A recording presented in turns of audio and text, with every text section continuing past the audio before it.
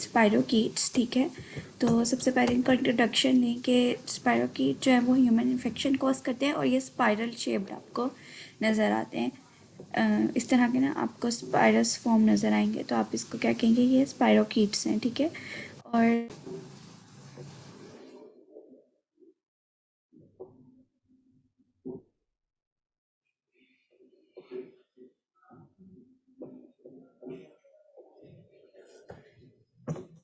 So what is spirochete? Spiral shaped bacteria आपके पास ये होते हैं, ठीक है। जैसे स्पाइरल होता है ना, इस तरह का गोल गोल सा, इस तरह के ये होते हैं। मैं आपको ड्रॉ करके दिखाती हूँ। इस तरह के स्पाइरल शेप्ड से होते हैं। इसकी बेस पे इनका नाम है स्पायरोकीट।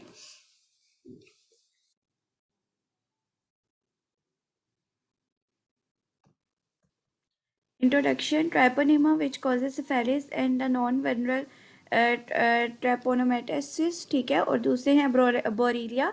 3 स्पीशीज हैं इसकी, ट्रेपोनीमा, बोरीलिया और लेप्टोस्पायरा। जो ट्रेपोनीमा है वो सिफिलिस कॉज करता है। जो बोरीलिया है ये लाइम डिजीज और रिलैप्सिंग फीवर कॉज करता है। लेप्टोस्पायरा जो है वो आपके पास लेप्टोस्पायरोसिस कॉज करता है। इसके अलावा इनकी जो फीचर्स हैं वो ये है कि थिन वॉल्ड होते हैं, फ्लेक्सिबल होते हैं, स्पाइरल शेप्ड होते हैं, मोटाइल होते हैं और ये मूवमेंट करते हैं with the help of their filaments, ठीक है। और उसके बाद जो है ये डार्क फील्ड माइक्रोस्कोप, अभी इनको देखने के लिए आपको कौन कौन सी टेक्निक चाहिए होती है? डार्क फील्ड माइक्रोस्कोपी, सिल्वर इम्प्रेग्नेशन और इम्यूनोफ्लोरेसेंस। ये 3 टेक्निक्स हैं जिनको यूज करते हुए आप इनको देख सकते हैं। तो this starting from Treponema pallidum causes syphilis that, ठीक है। ये उसकी डिजीज कौन सी है? सिफिलिस कॉज करता है। और इसकी प्रॉपर्टीज में आता है कि ये बैक्टीरियोलॉजिकल मीडिया पे ग्रो नहीं करता, ना ही सेल कल्चर में। ये बहुत स्लोली ग्रो करते हैं। एंटीजन जो है इनकी एंटीबॉडीज इंड्यूस करवाती हैं और फिर आप उन एंटीबॉडीज को इम्यूनोफ्लोरेसेंस टेक्निक के जरिए या हीमोग्लूटिनेशन जो टेस्ट होते हैं उनके जरिए आप उनको देख सकते हैं। They are also induce non-specific antibodies in which one can be detected by the flocculation of lipids, ठीक है। फ्लोकुलेशन ऑफ लिपिड से मुराद ये है कि जब वो रिएक्शन होगा तो वो जो इनके एंटीबॉडीज एंटीजन का जब रिएक्शन होगा तो उससे फ्लोकुलेशन, मतलब जैसे जेल टाइप सी कोई चीज़ बन जाती है ना, उस तरह की आपके पास रिएक्शन देगा, तो आप उसे पहचान सकते हैं कि ये क्या है, ट्रेपोनीमा है। बहुत specific anti-treponemial antibodies and non-specific reagent are used in a serological diagnosis of syphilis. Transmission कैसे होती है? क्योंकि ये जो है मोस्टली आपकी स्किन लेयंस, यानी जहाँ पे भी आपके सिफिलिस की वजह से कोई लेयन बनी है, ये वहाँ से मूव करते हैं, एक दूसरे को स्प्रेड हो सकते हैं म्यूकस मेम्ब्रेन के ज़रिए, इंटीमेट कांटेक्ट के ज़रिए, मतलब सेक्स के ज़रिए भी 1 पर्सन टू अदर पर्सन ये ट्रांसफ़र होता है। इसलिए सिफिलिस ऐसा एक टेस्ट है जो कि किया जाता है ना बिफोर, जब ब्लड ट्रांसफ्यूजन इवन होती है ना तब, सॉरी, जब ये टेस्ट होते हैं ना सेक्शुअली ट्रांसमिटेड डिजीजेस के, तो तब उसमें सिफिलिस भी कंसीडर किया जाता है। It can also be transmitted from pregnant womens to their foetus. अगर कोई वुमेन है जिसको इस चीज़ का सिफिलिस का इशू है, तो ये मदर के थ्रू चाइल्ड में भी जा सकता है। और ये ह्यूमन ऑर्गेनिज्म है, यानी कि ये जूनोटिक नहीं है, ये एनिमल्स में पाया नहीं जाता। इसकी पैथोजेनेसिस और क्लिनिकल फाइंडिंग्स क्या है? प्रोड्यूसेस नो इम्पोर्टेंट टॉक्सिन और एंजाइम। तो फिर ये काम कैसे करते हैं? ना टॉक्सिन्स प्रोड्यूस करे ना एंजाइम। ये एंडोथेलियम को डिस्टर्ब करता है, ठीक है, उनकी इन्फेक्शन कॉज करता है। फिर वहाँ से ये एंटर हो जाता है इनटू योर सर्कुलेशन, ठीक है। वहाँ पे ये जाके ब्रेन और कार्डियोवास्कुलर को जाके वहाँ पे लीजन्स कॉज करने लग जाता है और सिफिलिस कॉज करते हैं। अब सिफिलिस भी ना, उसकी भी कुछ टाइप है। सबसे पहले प्राइमरी सिफिलिस में क्या होता है? स्पायरो की जो है मल्टीप्लाई करते हैं at the site of inoculation के, जहाँ से वो एंटर हुआ है वहाँ पे अपने आप को रेप्लिकेट करेगा और उधर cancer non tender ulcer type इस तरह के बनाएगा, ठीक है, कैनक्रेज इसको कह सकते हैं। फिर उसके बाद अल्सर तो हील हो जाएगा, लेकिन अब क्योंकि अल्सर कॉज हुआ था, इसका मतलब है कि आपके बैक्टीरिया को मजीद रूट मिल गया है, तो वो उस रूट के थ्रू आपके किस में एंटर कर गया? ब्लड स्ट्रीम में, और जाके वहाँ पे क्या कॉज किया? बैक्टीरिया। अब जब वो वहाँ पे गया ना, तो 1 to 3 months लेटर उसने वहाँ पे स्कैंडिसेफेलिस कोज करनी शुरू कर दी। स्कैंडिसेफेलिस में क्या होगा, आपके पास मैक्यूपॉपुलर रैशेस, वो जो ब्राउन ब्राउन रैशेस बनने लग जाएंगे, ठीक है। उसके अलावा सोल्स बनने लग जाएंगी। फिर तीसरी चीज क्या करेगा, आहिस्ता आहिस्ता वही जो है मोइस्ट पैप्यूल्स और स्किन और म्यूकस मेम्ब्रेन पे पैचेस बनने लग जाएंगे, रेडिश टाइप से पैचेस। आप पिक्चर्स साथ साथ देखते हैं, आपकी बुक में बनी हुई है बड़ी अच्छी। मोस्ट लेयन और जेनिटल्स आर कॉल्ड कंडाइलोमेटालेटा, ठीक है। उधर आपको एक पेंस की बनी हुई नजर आएगी, उसके ऊपर छोटे छोटे से स्किन लेयंस बने हुए हैं, ठीक है। जेनिटल्स पे बन जाते हैं। इसी तरीके से आपको जो फीमेल अलवा जो है आपकी जेनिटल का पार्ट, उसके ऊपर भी आपको नजर आएंगे। These lesions are rich in spirochete and highly infectious, और वहीं से फिर ये जो है ड्यूरिंग सेक्सुअल कॉन्टेक्ट क्या करती हैं, स्प्रेड करती हैं। पैची एप्लोशिया एलोपेशिया, यानी कि वहां पे से जगह जगह से ना, थोड़ी थोड़ी जगह से आपके बाल वहां से उड़ने लग जाएंगे, वो भी हो सकता है। फिर प्राइमरी हो गई, सेकेंडरी हो गई, अब लेटेंट स्टेज में चला गया। लेटेंट स्टेज से मुराद ये है कि वो आपकी बॉडी के अंदर तो मौजूद है, बट वो वहां पे शो नहीं हो रहा, इसमें कोई भी लेजन अपीयर नहीं होगी, ठीक है। लेकिन आप जब भी टेस्ट करेंगे सीरोलॉजिकल टेस्ट, तो वो पॉजिटिव आ रहे होंगे। वो कह रहे हैं कि लेटेंट पीरियड को भी आप दो में डिवाइड कर दें, एक अर्ली स्टेज और एक late stage. Early latent period के अंदर क्या होगा, 1 to 2 years after secondary stage the symptoms of secondary syphilis can reappear and patient can infect others, ठीक है। 1 to 2 years के बाद आपके अंदर सिम्टम्स आने लग जाएंगे सारे, मतलब जो भी इसके थे, सेकेंडिसेफेलिस के एप्लेशिया होने लग, एलोपेशिया होने लग गया, ठीक है। कंडाइलोमेटालियंस बनने लग गई, इस तरह की चीज़ें आपको नजर आने लग जाएंगी, और आप पर्सन टू पर्सन दोबारा स्प्रेड करेंगे। In late latent period which can last for many years no symptoms occur and patient are not infectious, ठीक है। कि लास्ट लेट पेटेंट जो लेट होगा उसके अंदर काफ़ी अरसे तक आपके अंदर कोई सिम्टम्स नहीं आता, और ना ही वो पेशेंट टू पेशेंट ट्रांसफर हो रहा है। Primary, secondary, tertiary syphilis. अब टर्शरी सेफेलिस के अंदर क्या होता है, ग्रेनुलोमास बनने लग जाते हैं, सेंट्रल नर्वस सिस्टम की इन्वॉल्वमेंट आ जाती है, जिसको हम न्यूरोसेफेलिस भी कहते हैं, कार्डियोवास्कुलर लेयंस बनने लग जाती हैं, और tertiary lesions treponemes are really scene.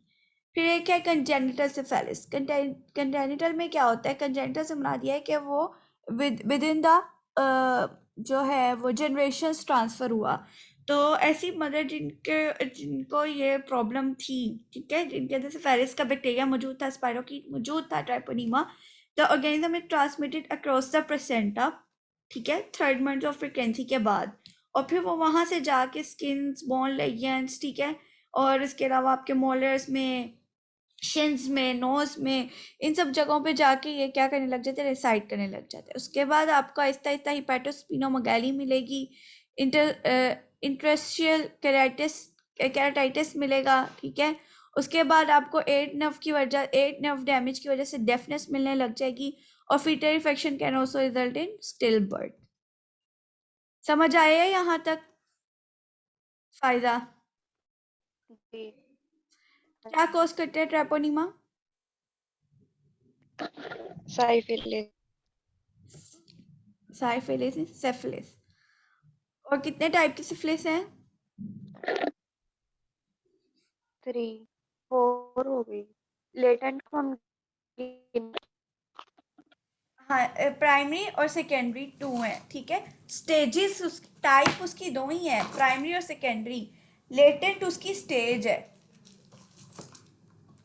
ठीक है।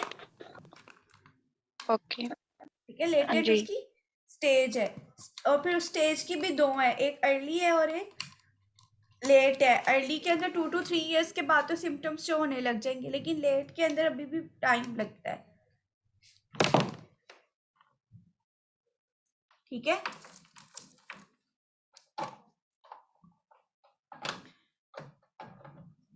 क्या समझ नहीं आई है फायदा?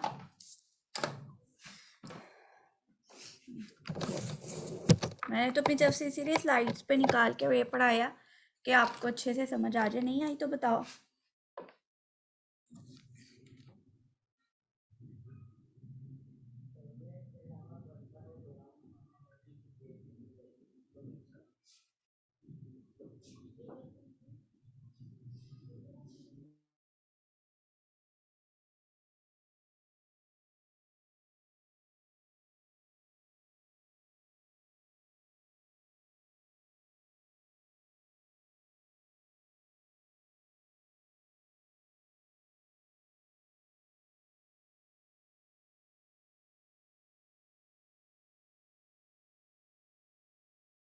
इसकी लेबोरेटरी डायग्नोसिस के बारे में हम पढ़ते हैं, हम कैसे करेंगे।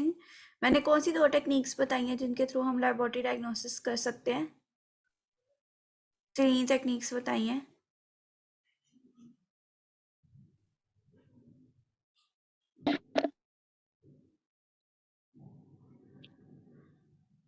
और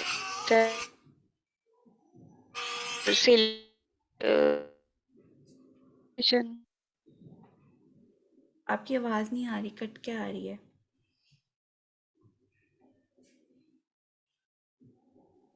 dark field microscopy, no fluorescence और यानी कि हम इसको टेक्निक्स के थ्रू देख सकते हैं। हमें लेबोरेटरी ना कल्चर पे मिलता है ना मीडिया पे मिलता है। सिल्वर। और आप लोगों ने ये पढ़ा भी था उसमें कि ट्राइपोनीमिया पैलिडम क्योंकि उसकी थिन वॉल्ड होती है, इस वजह से वो ग्राम स्टेन नहीं होता।